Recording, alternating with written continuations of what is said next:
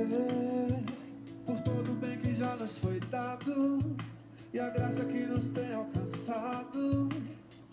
Bem sei, eu não mereci o que escolher, viver ou reclamar insistente. O hoje é um novo presente, vou reconhecer tão grande amor, seu grande favor.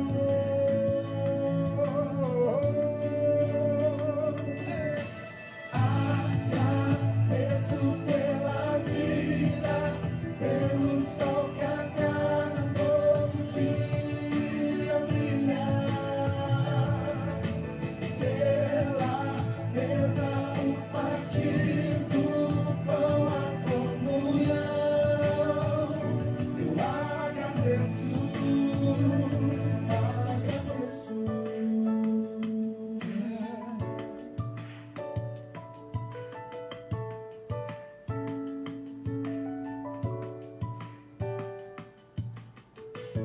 O que fazer por todo bem que já nos foi dado e a graça que nos tem alcançado? Bem sei, não mereci o que escolher. Estamos aqui aguardando a chegada dos irmãos, das irmãs, para mais uma live, né, das Mulheres Incendiadas, nessa segunda-feira, dia 6 de maio. Que bênção, né? Já estamos no mês 5.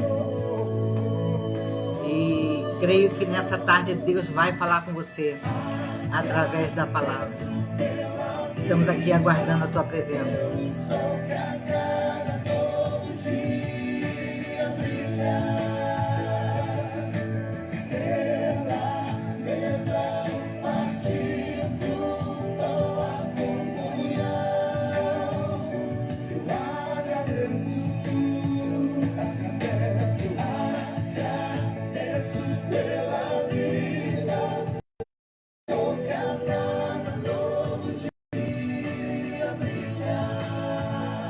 Já estamos vendo aí as irmãs chegando. Louvor gostoso, a comunhão, o partir do pão. Eu agradeço, Deus. Pelo dia tão lindo que o Senhor fez, pelo céu estrelado que nos traz paz, pela mão que se estende pra fazer o bem. Esperando aí Sayonara, Eunice, já estão chegando. Vamos aprender um pouquinho mais. Aliás, vamos dividir conhecimento, né? Eu gosto que vocês participem, que vocês criem comigo boa tarde, a mensagem. Vamos construir essa mensagem juntas. Alexa, baixa. Vamos construir uma mensagem juntas. Casa vazia. Libertação tem que ter casa cheia, né? E é um tema assim bem interessante que fala de libertação. E a gente vai aprender um pouquinho sobre libertação. As pessoas têm uma ideia muito assim, uma visão muito em foco do que é a libertação. A libertação é bem abrangente. E a gente então vai aprender mais um pouquinho. E o que você souber, compartilha comigo. Alexa, desligar. Isso, assiste um pouco, vai ser bom, Nara. Vai ser bom. Bem, eu gostaria de dizer que hoje é assim um dia muito feliz, muito alegre, mas o nosso coração está muito assim comovido, né? Estamos, o tema é ótimo e o desenvolvimento dele vai ser maravilhoso. Você vai gostar. Estamos todos assim comovidos com o que está acontecendo no nosso país, no sul do nosso país, aqui perto, né? Cidades inteiras sendo destruídas pela chuva. E eu ouvi alguém falando que está chegando no Rio de Janeiro, né? Aqui nós estamos com um calor absurdo, absurdo. E disse que esse calor vai até o dia 10 e depois, no dia 10, é provável que a chuva. Então, nós temos que orar para que o Senhor tenha misericórdia na nossa vida. Então, eu gostaria de começar essa live orando e clamando com vocês, nós juntos. Vamos unir a voz, vamos esquecer um pouquinho do nosso problema, do que nos aflige. Vamos olhar para esse povo que hoje não tem esperança. E para todo lado que eles olham, só tem destruição. São famílias inteiras dizimadas pela chuva, né? É um momento em que pobre e rico, todos estão na mesma situação. Não sei se você viu a loja Avan, eu não sei se foi essa que ele estava inaugurando agora lá. Só o telhado e uma parte do telhado estava fora d'água, toda coberta em água. E o homem rico também está passando por grandes perdas. Foi um grande investimento que ele fez ali e está perdendo. E a gente não sabe se dentro da loja tinham pessoas, se tinham trabalhadores. Sabemos. A gente precisa clamar. Não só pelos crentes, viu, gente? Vamos clamar por todo o povo que ali mora, a adjacência, né? Porque essa chuva chegou a Porto Alegre também, depois do Rio Grande do Sul. Vamos fazer um clamor? Isso é amor, isso é compaixão. E compartilhe essa live, ajude a chegar a mais pessoas, dá tempo, vai, chama seus amigos, compartilhe lá no grupo. Sayonara, compartilha com suas amigas, o link está no grupo. Né? Vamos fazer uma live assim, abençoada, como todas que são aqui no grupo Mulheres Incendiadas. Vai ser uma live que não vai ser mais uma live, vai ser a live, em nome de Jesus, que vai mudar nosso conceito e vai nos libertar de fato de tantas coisas que somos oprimidas, que somos influenciadas. A gente precisa ser liberto. E o caminho da libertação, a gente vai aprender como se manter liberto. Senhor Jesus, eu quero nesse momento, junto com as minhas irmãs que já chegaram e por aqueles que também que vão chegar, erguer minha voz agora diante do teu altar. Senhor, pelo nosso Brasil, ali pelo sul do Brasil. Quantas pessoas estão chorando, Senhor, com fome, com sede, tendo tanta água invadindo a cidade, predominando até sobre os telhados das casas, mas sem uma gota d'água para beber. Quantos estão sem comer, quantos estão enterrados, né? Sem esperança de sair daquele lugar. Quantas pessoas estão dando suas vidas para salvar outros, quantas crianças estão padecendo. Senhor, os animais também estão sofrendo. Meu Deus, olha para este lugar hoje, com teu olhar de misericórdia.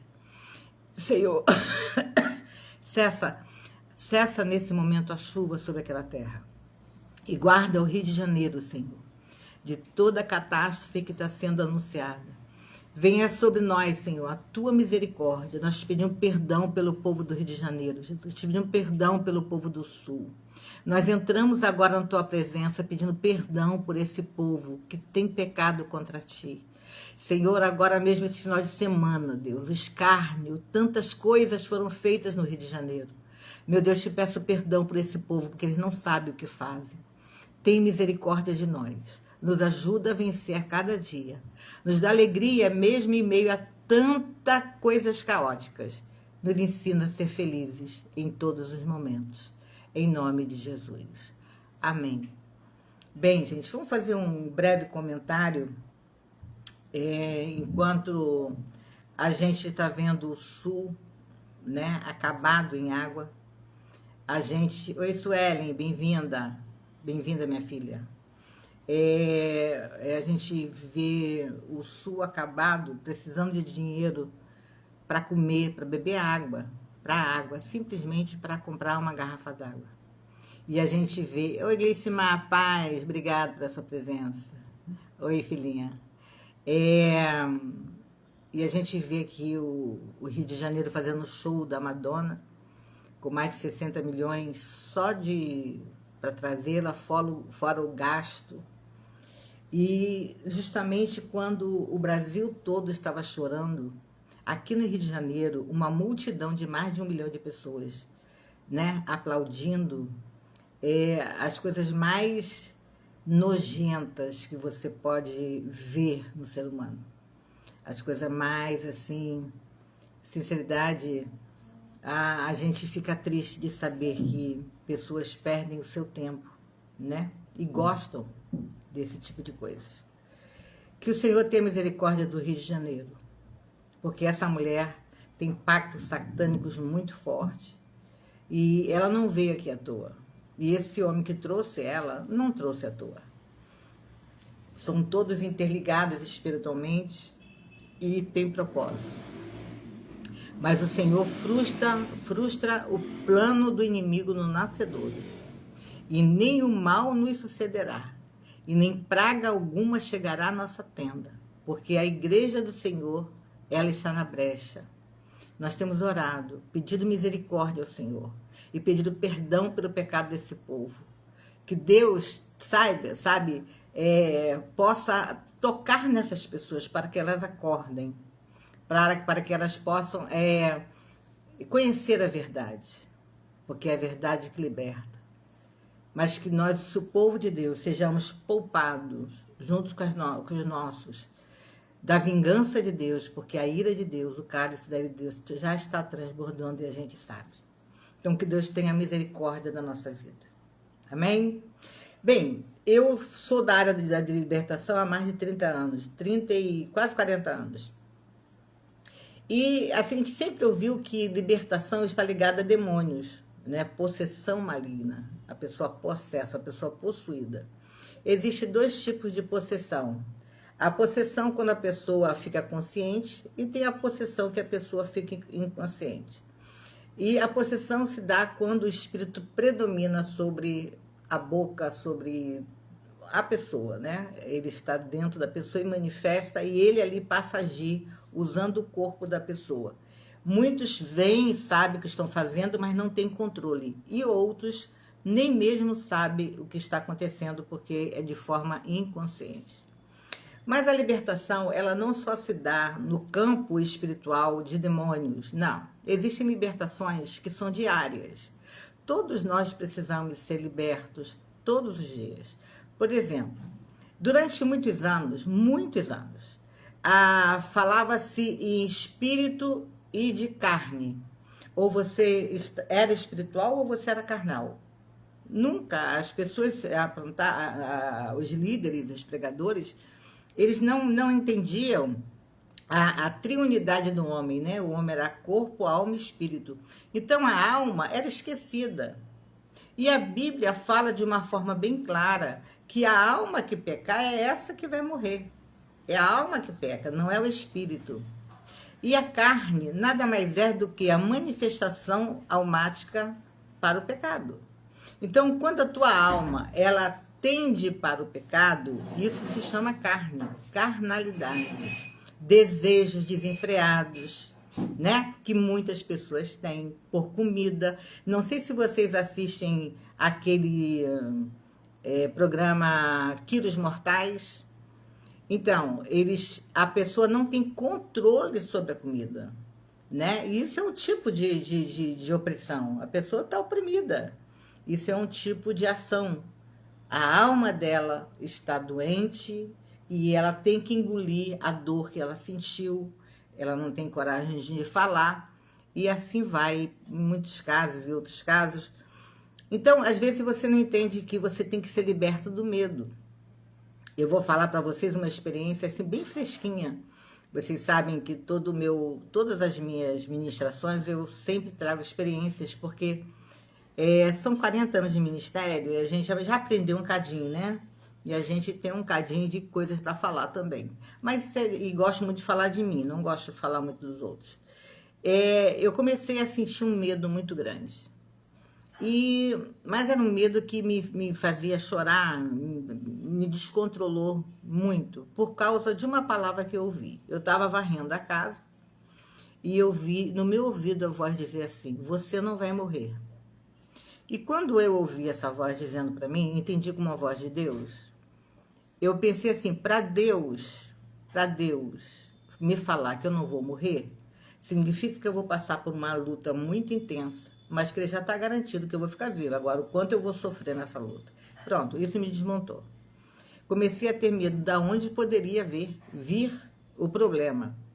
Então, eu entrei no desespero, porque eu comecei a pensar, de onde vem? Jesus, eu tenho 3 filhos, Senhor, eu tenho 2 netos, Senhor, eu tenho um prédio, Senhor, eu tenho... E comecei, Jesus, eu tenho problema aqui, e aquilo me levou a um desespero muito grande. E comecei a chorar, e o choro era compulsivo, quando as lágrimas não desciam nos olhos, a minha alma estava chorando. Não sei se vocês já tiveram experiência de chorar na alma, a alma chora. E eu comecei a ficar com muito medo, mas muito medo. Não sabia de onde ia vir, o que ia acontecer. E um dia eu me lembrei de um texto bíblico, quando Paulo fala a Timóteo, dizendo, Deus não te deu o espírito de medo. Aí eu parei e pensei assim, ué, medo é um espírito. Se não foi Deus quem me deu o medo, da onde veio o medo? A ponto de me desequilibrar, a ponto de me desestruturar de um jeito que eu tinha que pedir estar perto de alguém. Eu não tenho medo de ficar sozinha. Oi, Norma, bem-vinda. Nunca sofri de solidão. Tenho 23 anos divorciada, nunca sofri de solidão. Mas eu tinha que ficar com alguém, porque eu sentia medo, eu não sabia... Minha mente entrou no processo de ansiedade muito grande, rapaz. E eu comecei a pensar, da onde vai vir o problema? E a minha mente, será que vem daqui? Será que vem dali? Da onde vai vir o problema? Então eu comecei a jogar para frente a minha mente, né? Isso que é ansiedade, jogar para o futuro, querer trazer para o presente para identificar o problema e daí então agir para que o problema não chegasse. Mas eu entendi uma coisa, que aquele espírito não era de Deus. E às vezes você está oprimida por um espírito de medo.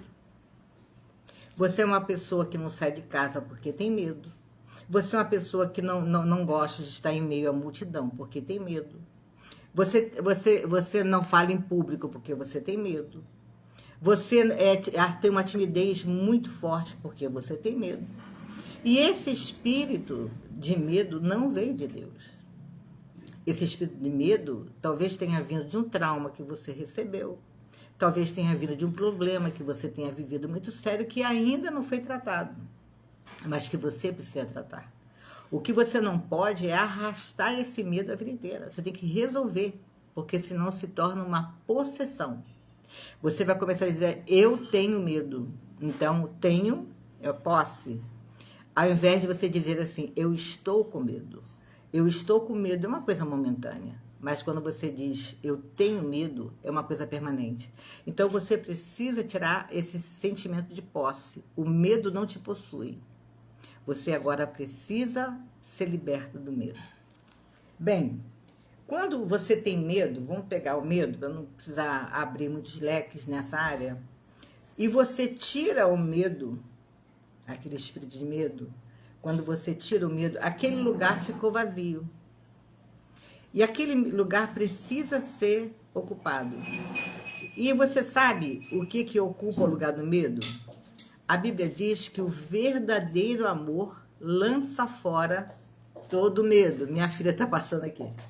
O verdadeiro amor lança fora todo medo.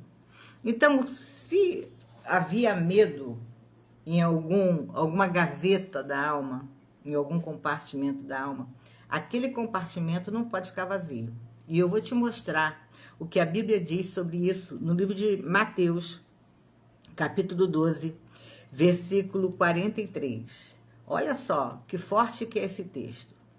Quando o espírito imundo sai de um homem, passa por lugares áridos procurando descanso. Como não encontra, diz, voltarei para a minha casa, da onde saí. Chegando, ele encontra a casa desocupada, varrida e em ordem. Então vai e traz consigo outros 7 espíritos piores do que ele. E, entrando, passam a viver ali. E o estado final daquele homem torna-se pior do que o primeiro. Assim acontecerá com essa geração perversa. Então, observe, quando há uma libertação, quando o espírito de medo sai, aquele lugar não pode ficar vazio, aquela casa, aquele compartimento não pode ficar vazio. Da mesma forma, quando você passa por uma libertação de demônios, né? Às vezes eu já tive experiências assim muito fortes de pegar pessoas com legiões de demônios, legiões. E ela se sentir tão bem, porque estava liberta, que foi para o mundo curtir o mundo. Eu agora estou livre, posso fazer o que eu quiser, porque eu não tenho mais a opressão. E aqui a Bíblia diz que quando a casa é varrida, é limpa e fica vazia, o espírito que foi mandado embora, ele olha para trás, vê a casa vazia e ele volta. E quando ele volta, ele vai e busca mais 7. Então ele agora não tem 1, ele tem 8. E o segundo estágio é pior do que o primeiro. Olha que coisa séria. Então, quando você passa por uma libertação de demônios, você veio de um mundo, se converteu, você veio de um mundo de espírita, ou você simplesmente estava no mundo, o diabo ele não precisa de legalidade para entrar, ele é ladrão, ele invade, ele é invasor. E de repente na igreja você passou por um processo de faxina, de limpeza, né? A sua mente foi transformada, o seu comportamento precisa ser mudado. Mas se você não entrar nesse processo de continuar na libertação, a casa que ficou vazia, varrida, limpa, ela volta a ser a habitação de 8 demônios. Então, você não pode simplesmente passar por uma libertação e não continuar no caminho que você encontrou. Você precisa continuar. No livro de João, ele fala, no capítulo 8, versículos 32, versículo 36 primeiro, ele diz assim: portanto, se o Filho vos libertar, você de fato será livre. Então, o que acontece? Muitas pessoas, elas passam pelo primeiro passo do processo. Os demônios saem. Mas ela não pede, ela não caminha, ela não enche aquele espaço que saiu, dos demônios que saíram, com Cristo. Ela não preenche com a presença de Deus. E sabe o que acontece? Aquela casa que ficou vazia vai voltar a ficar cheia e de demônios. Então, você precisa encher a sua casa, porque só quem te liberta é Jesus Cristo. Se, pois, aí tem aí um artigo, tem como é que é o se é um advérbio, um advérbio de condição. Se o Filho te libertar, ele te libertou, então você verdadeiramente fica livre. De que maneira? Deixando que ele preencha aquele espaço que estava ocupado pelo inimigo. Agora, quem é que ocupa esse espaço? É o seu Senhor, é o seu Salvador, é o seu Deus. E aí você começa a desenvolver o conhecimento. No versículo 32 diz assim: e conhecerão a verdade, e a verdade vai te libertar. Então, quando você vem para Jesus, você vem, mas você ainda tem a opção de paradigmas, você tem a opção de conceitos.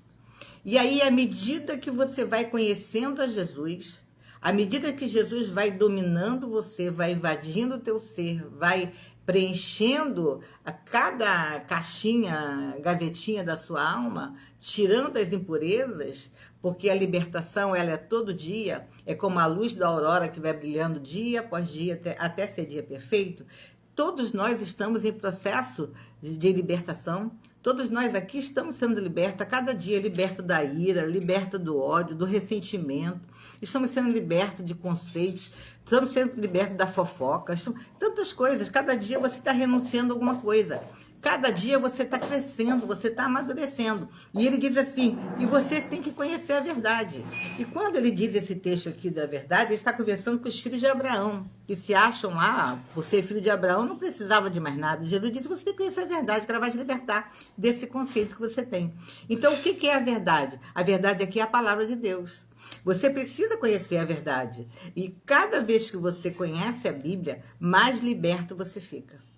Quanto mais você mergulha na palavra de Deus, do Filho de Deus, Deus fala com você, mais você vai sendo liberta. E essa casa que não pode ficar vazia de jeito nenhum, Senão o espírito de medo que saiu vai voltar trazendo mais 7. Aí você não vai ter só medo.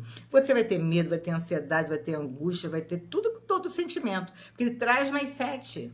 Então a sua casa precisa ser preenchida. A sua casa precisa estar cheia de Deus. Que casa é essa? A tua alma. O que é a alma? A tua mente, seus pensamentos, as suas emoções, os seus sentimentos, as suas decisões, né? As suas escolhas. Tudo precisam ser feitas segundo a direção de Deus. Veja, muitas pessoas estão na igreja e estão no 3º, 4º casamento. E muitos casaram porque alguém disse que aquele casamento era de Deus. Eu vou contar uma experiência para você, porque a gente acredita no que quer acreditar, no que não quer conveniente. Porque quando Deus te chama para você viver uma verdade, você às vezes não é de Deus. Mas quando fala que é para você casar com um homem, que você já está de olho nele, muitas das vezes até casado, você acha, nossa, Deus falou. Eu já ouvi muitas mulheres dizer, ó, Deus vai matar a mulher dele para eu casar com ele. Deus não faz isso, gente. Deus não vai matar a mulher de ninguém para você casar com ele. Não está vendo que isso não é Deus? E um dia eu cheguei na casa de uma senhora, tinha uns 70 anos. E ela estava casada com um rapaz de 26 anos. E ela me chamou para orar porque ele estava traindo ela. Então, preste atenção. Eu fui tirada da minha casa, peguei um carro, fui na casa de uma mulher, não sabia qual era o problema, não conhecia o problema. Cheguei lá, o problema era esse. Ela com 70 anos, ele com 26, e ela estava... E disse para mim, irmã, eu casei com esse homem porque lá no monte, uma irmã pegou a minha mão e ela rodopiava, e ela virava, e ela pulava e sapateava e dizia, este será o seu marido. Presta atenção, irmã. Deus falou? Será que foi Deus que falou? Será que Deus vai dar a uma mulher de 70 anos, um homem de 26 anos? E sabe qual era o problema? Ele estava traindo ela. Eu disse, tem que trair mesmo. Tem que trair mesmo. E vai trair mais ainda. Eu estava dirigindo uma oração, um culto de cura interior, e normalmente o culto terminava perto de meia-noite. Eram muitas pessoas para ministrar. E uma senhora com a filha me esperava para conversar comigo. E ela disse assim, ó, na época eu era pastora, quero conversar com a senhora. O profeta falou para mim que ele rasga o diploma de profeta se não é Deus falando. Aí eu disse, profeta tem diploma? Aí o que o profeta falou? Que a filha dela ia casar com aquele rapaz que ela estava namorando. Aí ela disse, mas minha irmã, ele belisca ela o tempo inteiro.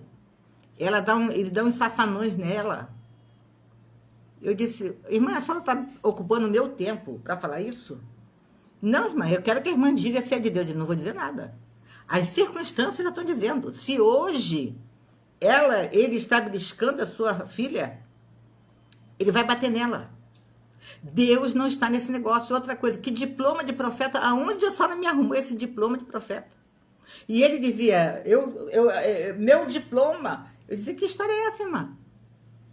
Então a senhora quer casar a tua filha a qualquer preço? Jogar para cima de um maluco aí que vai bater na tua filha? Então, às vezes, nós temos que ser libertos da nossa ignorância. Nós precisamos ser libertos da ignorância. Porque uma pessoa que conhece a Deus não aceita esse tipo de profetada. Ela não pode aceitar esse tipo de profetada. Eu estava num monte de amendoeira, não sei se vocês aqui conhecem, esse grupo aqui é muito mais São Paulo. E eu estava lá no grupo e eu vi uma mulher batendo o pé, com uma foto na mão para cima, e eu sentada.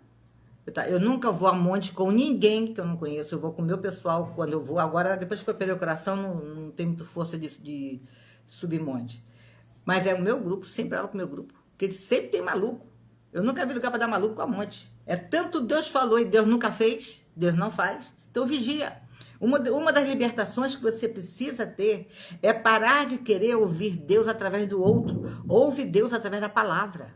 Isso, irmão, é uma grande libertação. Porque quando você ouve Deus através do outro, você vai ouvir o que o coração do outro também está cheio. E você acaba tomando atitude, tomando a decisão em cima do que aquele outro falou, não do que Deus falou. E tem muita gente frustrada com Deus, porque o profeta falou e não aconteceu. Irmão, se o profeta falou, é problema do profeta. Deus não é responsável pelas coisas que aquele homem falou. Deus é responsável pelo que ele fala. Então você hoje precisa ser liberto da sua meninice. Você tem que ser liberta desse ananismo.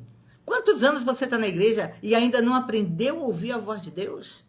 Você ainda não entendeu que Deus fala na palavra?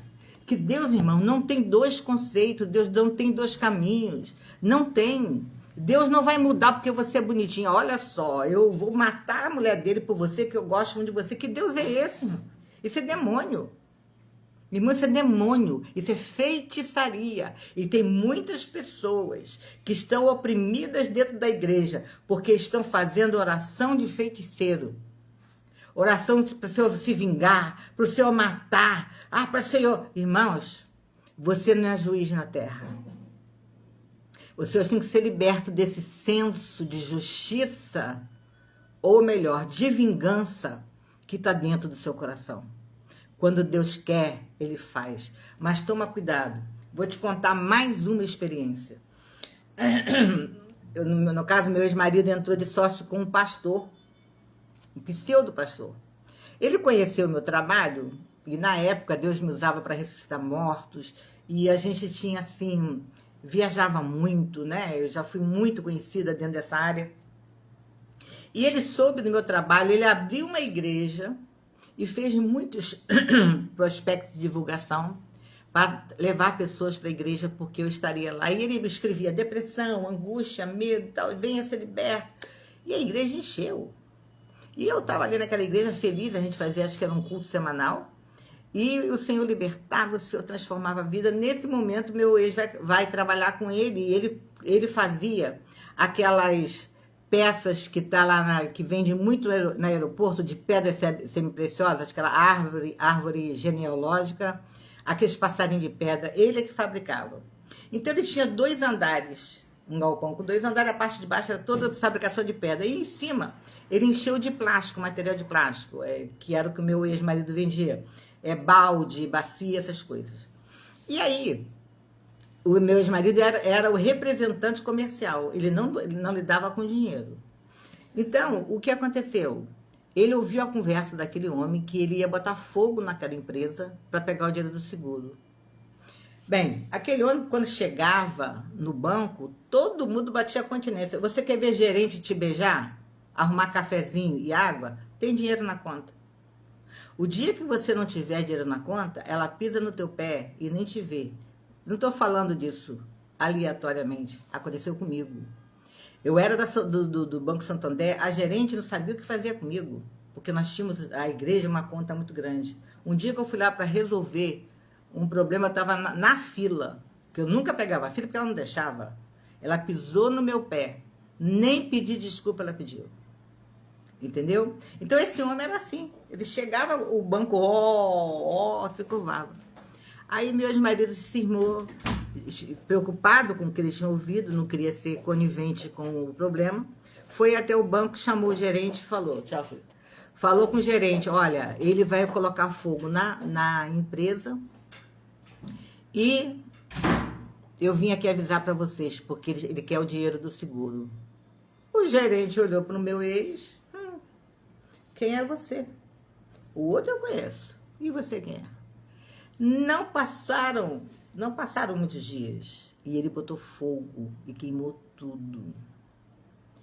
E sabe o que ele fez? Nesse período que meu ex-marido estava trabalhando lá, nós compramos, no nome da empresa, um carro chamado Verona. Lembra do Verona? Novinho, zerinho. A gente comprou e tinha lançado o celular que era desse tamanho, aquele bem grandão, que botava aqui, vinha quase no teu pescoço. Então, a nossa vida estava indo muito bem, as coisas estavam acontecendo, o trabalho dele desenvolvendo. Ele chamou meu ex-marido de ladrão. Disse que ele roubou o dinheiro da loja. Irmãos, aquilo me deu uma ira. Mas me deu uma ira de um jeito, mas de um jeito. E olha o que aconteceu. Cuidado com a possessão da ira. Cuidado com o domínio dela.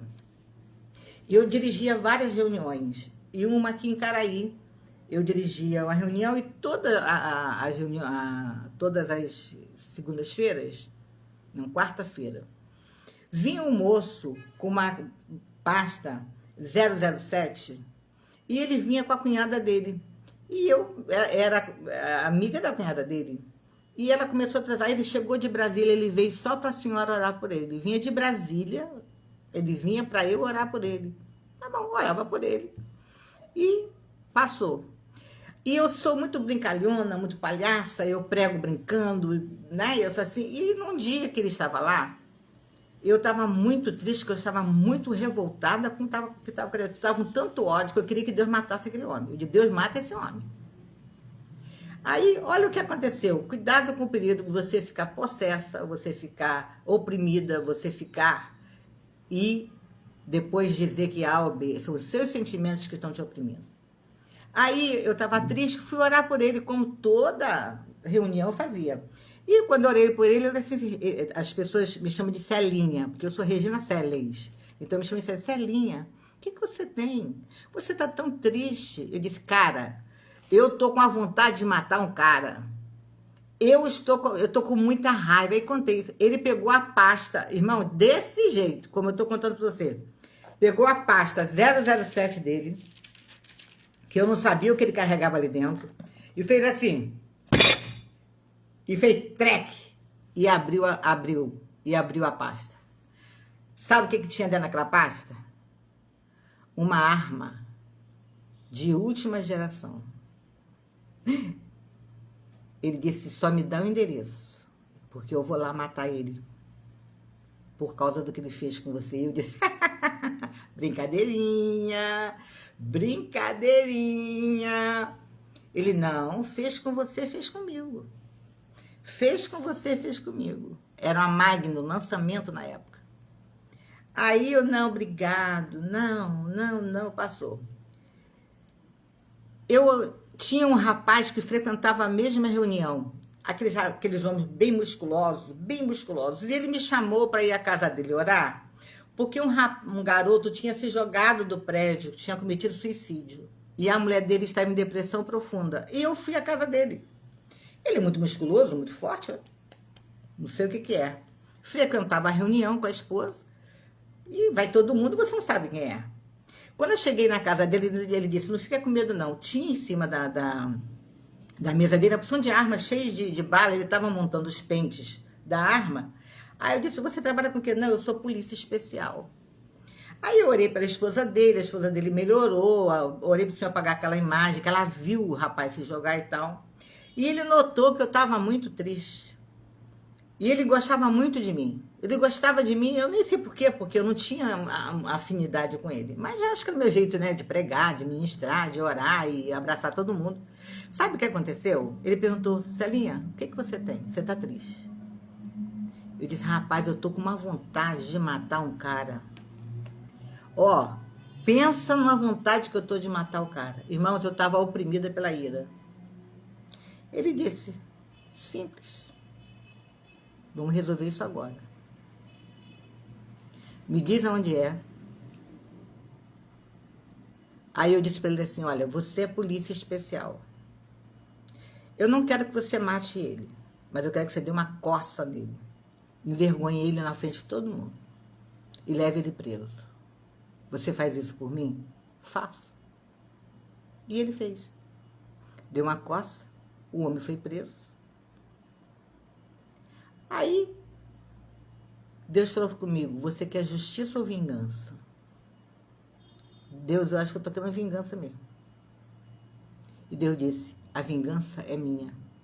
E a tua justiça é trapo de imundície. E eu fui dirigindo um carro, na época uma Brasília novinha que eu tinha. Sabia que Brasília um dia já foi nova, né, gente? Eu tive uma Brasília amarela. E eu dizia no carro, eu dava soco, Deus, ou tu mata aquele homem, ou tu me mata, ou eu ou ele. Escolhe agora.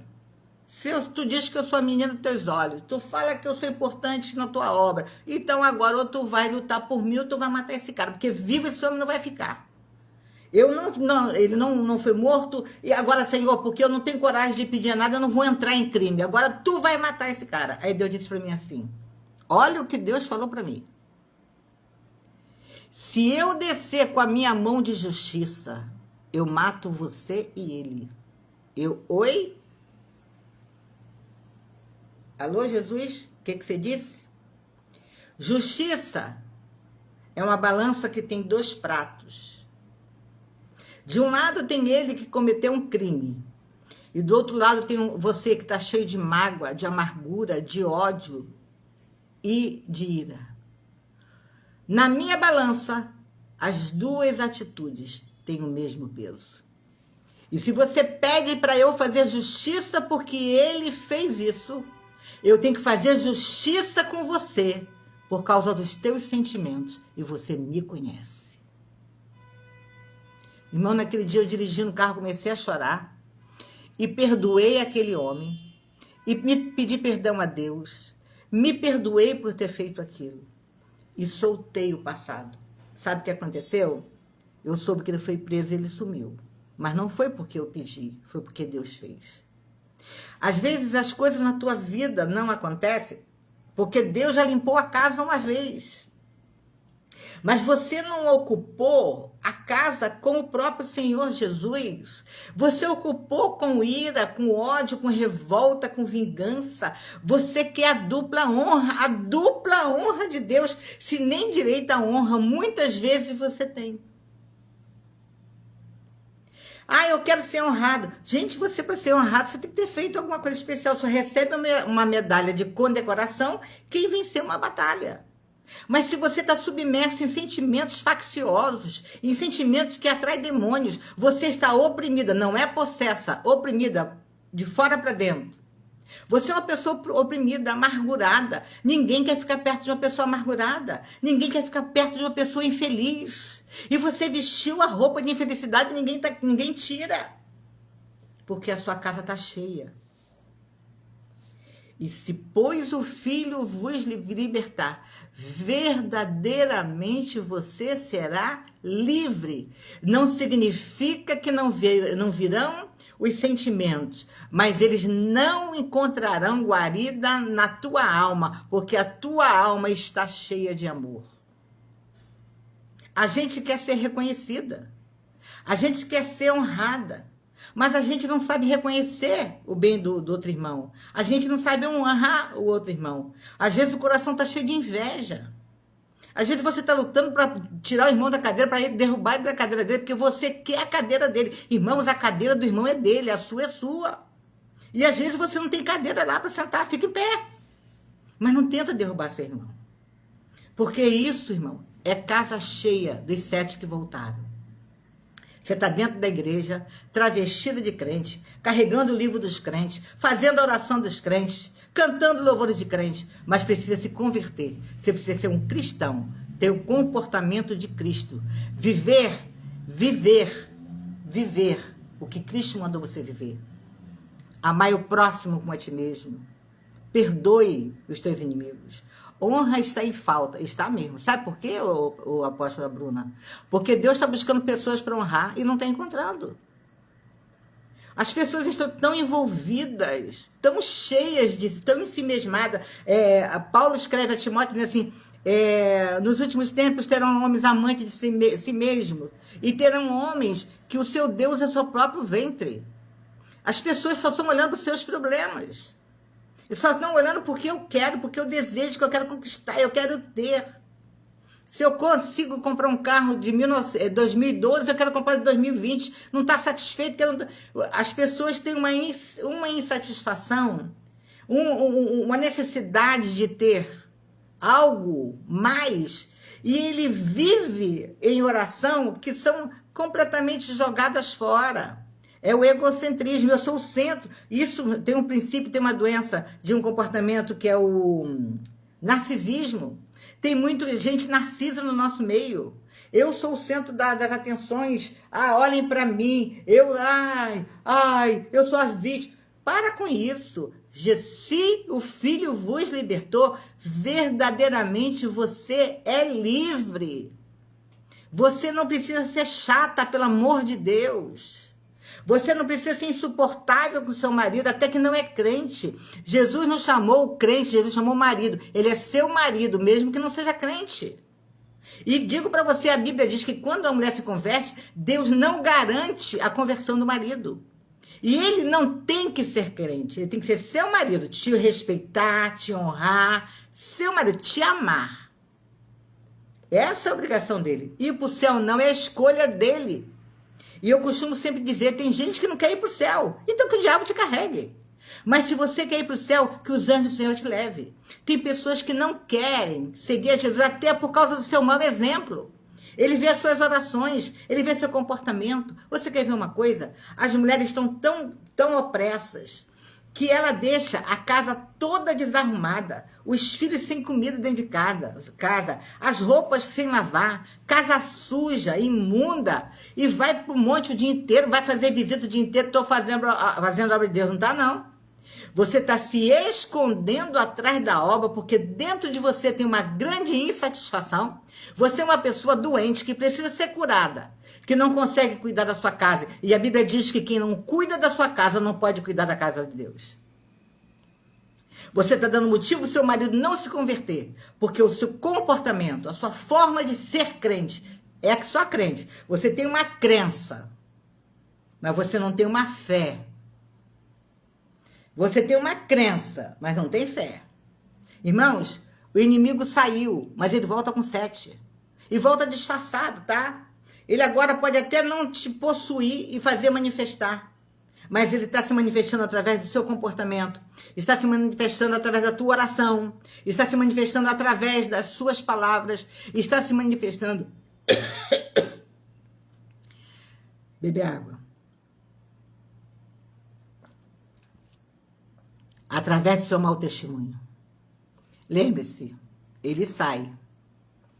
Mas se a casa não for preenchida por Jesus, você fica 7 vezes pior. Eu vou contar um testemunho.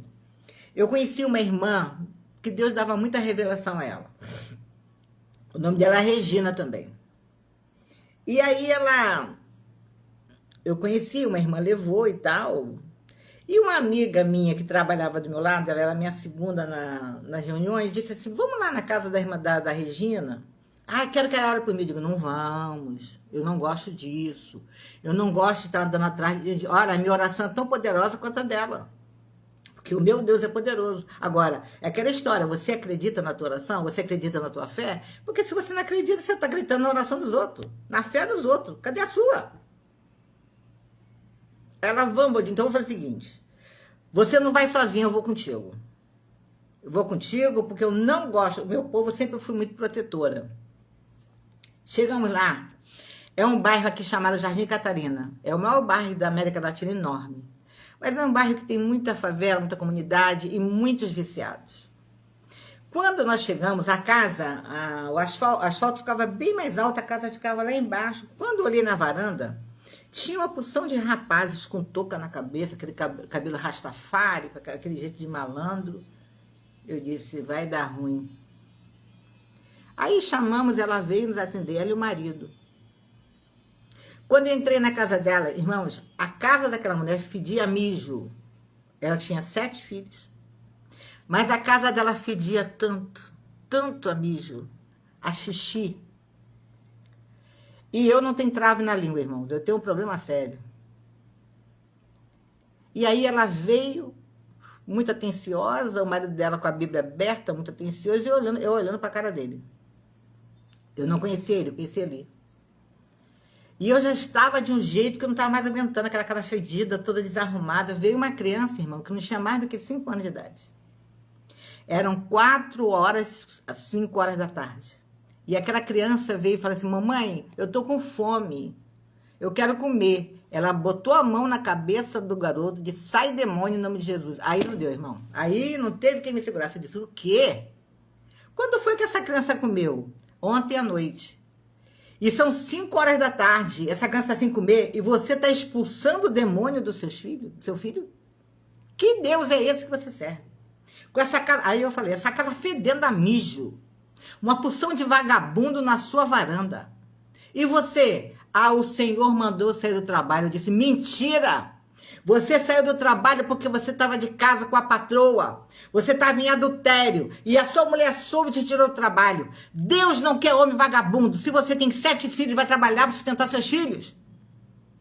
Porque essa história de que Deus mandou para ir trabalhar, irmão, não venha viver pela minha fé, pelo amor de Deus. Se Deus mandou você para ir trabalhar, como fez comigo, irmão, eu vivo na minha fé. Para mim não falta nada, eu não peço nada a ninguém. Fazem quase 30 anos que eu vivo na dependência de Deus. Irmão, naquele dia eu peguei aquele casal e disse, quem vocês pensam que são? O mau exemplo da vida de vocês fala mais alto do que qualquer revelação que você tenha. Ter revelação não é salvo. Dom não é salvação, gente. Salvação é vida. Salvação é comportamento. Salvação é atitude. É posicionamento. Eu sei que eu briguei com eles, orei e fui embora. Dias depois eu voltei lá. O chão que era no piso grosso, estava com piso, que o piso estava comprado lá há meses, ele com preguiça de colocar. Ele botou o piso na casa toda. Ele embolsou a casa toda e a casa não estava mais fedendo. Agora a glória de Deus começa a chegar nessa casa. E o senhor, tô trabalhando. Deus mandou trabalhar, né? Então deixa de pouca vergonha e vai trabalhar para sustentar teu filho. Então tem pessoas, irmãos, que estão passando necessidade, pedindo dinheiro ao outro, sabe? Dizendo que Deus mandou o outro ajudar por causa de preguiça. Preguiça é demônio, gente. Sabe, essa coisa de uma casa bagunçada, cuidado com seus armários, guarda-roupa, tem que ser arrumado, porque eles mostram quem você é. A sua casa toda descontrolada mostra quem você é. Às vezes você não entende que eu, particularmente, se for a sua casa, eu faço uma leitura sua só de entrar na tua casa.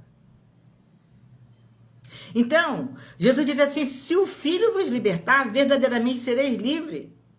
E Mateus fala que Deus limpa a casa toda da pessoa, varre e faz tudo. Mas se ela não se mantiver com Cristo, com a casa cheia de Cristo, saiba que vai voltar mais 7 e as coisas vão ficar piores. Estar na igreja não te salva. Viver de oração em oração não te salva. O que te salva é mudança de comportamento, mudança de pensamento, mudança de atitude. Isso é conversão. O que eu fazia, não faço mais. Eu hoje sou obediente. Você quer ver uma pessoa de fé? Uma pessoa obediente. O princípio do evangelho é obedecer. Então obedece a Deus. Mantenha sua casa cheia dele. Não dê vazão à ira. A Bíblia diz, deixa a ira passar. Não se põe o sol sobre a vossa ira. Você não pode dormir com raiva de outra pessoa.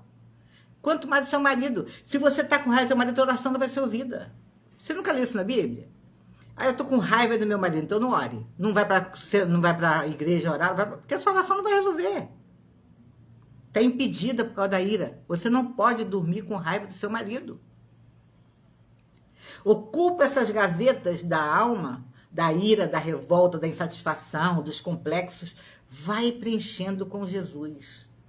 Vai entendendo que Ele te ama da forma que você chegou e está te transformando para te colocar do jeito que Ele quer.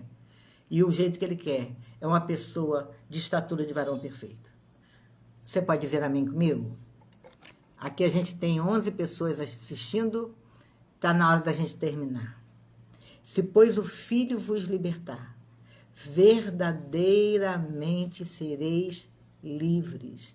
Então, limpe a sua casa. Como é que eu limpo? Você limpa se esvaziando de todo sentimento faccioso. Você se limpa. Você sabe, eu não sei, uma irmã que está pedindo oração por dor de cabeça. Muitas doenças que vêm no físico, elas são de origem da alma. A apóstola Bruna, ela tem um trabalho de mentoria de mulheres que vocês deveriam participar. Muitos problemas de dores físicas têm como causa a alma. É a alma doente que está causando essas dores no teu físico. Entendeu? Então, às vezes, você está achando que o médico não cura, o remédio não cura, não vai curar mesmo. Ele vai até apaziguar a dor, aliviar a dor, mas curar não vai. Então, você precisa ser liberto da tua alma. Você precisa ser curada na sua alma. E você precisa encher de Jesus na sua alma. E os medos vão embora, a ira vai embora, a mágoa vai embora, o ressentimento vai embora, porque você vai ser cheia do amor de Deus. E quem está cheio do amor de Deus, não tem espaço mais para nenhuma outra coisa. Amém? Deus te abençoe. Te concedo uma semana abençoada. Eu vou estar de volta na próxima segunda-feira às 3 horas. Já está marcada uma nova live na segunda-feira que vem. Vem comigo, convida pessoas para estarem aqui. Convide pessoas para estarem em cada live que é feita por esse grupo. Porque vamos crescer, vamos ser abençoadas, vamos enriquecer com a graça de Deus. Deus te abençoe poderosamente. Mude seu comportamento, mude seu pensamento, mude as suas atitudes. Aí você vai dizer, estou convertida. Deus te abençoe.